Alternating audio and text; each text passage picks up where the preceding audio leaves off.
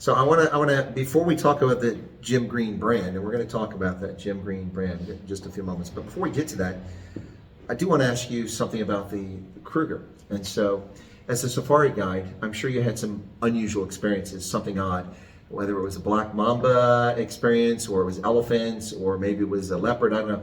Can you tell us a story maybe about the strangest thing that ever happened to you, without revealing who the guilty were? Is there anything really, something had to happen while you were there?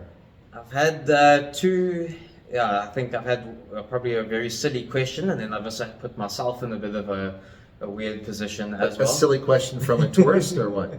Yeah, I mean, you naturally get, I mean, sure. if I were to go into an environment that I'm not familiar Sure. with, you know, it would... But from your perspective, it was a very silly question. Can you tell us that question without embarrassing someone? Yeah, so we were in obviously I had my guests and they were out and they were wondering, I was trying to explain to them how, you know, you get the Kruger National Park and then you get Masai Mara and you get all these different areas, but in between that there's obviously human populations and there's lots of human-wildlife conflict.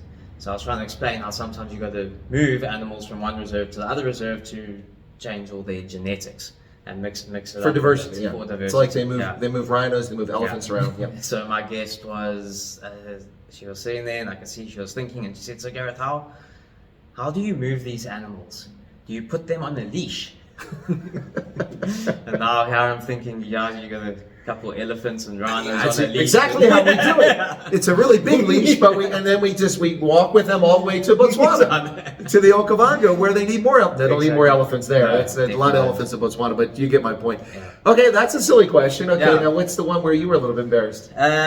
Where I was embarrassed, I was still very new to the industry, and I had that's usually when it happens, when you're new to something. I had an American product called a Leatherman, and Leatherman, great knife, great story as well. I don't know if you've listened to the story of Leatherman, but it's I think it took him like 7 years before he even sold his first one. Yeah, it was quite a journey for him. Yeah, so anyway, here I'm a new safari guide, and I'm quite fancy with all my new stuff, including a Leatherman. You're all kitted out. You got a Leatherman, okay?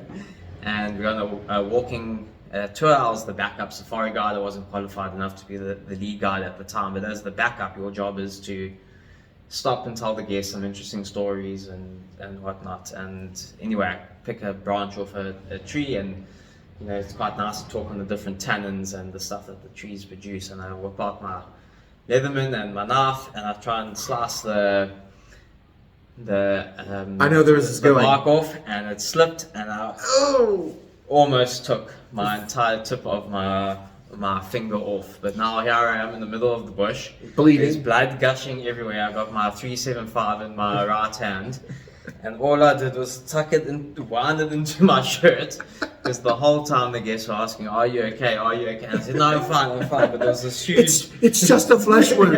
It was just a flesh wound. It was pretty deep. Probably I don't know if I got stitches. Didn't cut the tendons, did you? No, I didn't. Oh, okay. But it's embarrassing nonetheless. It was very embarrassing, especially when you the guy with the rifle and meant to now use all these things. And all right. Well, now that we've proved that Gareth is human and not a business machine, let's shift back to the Jim Green brand.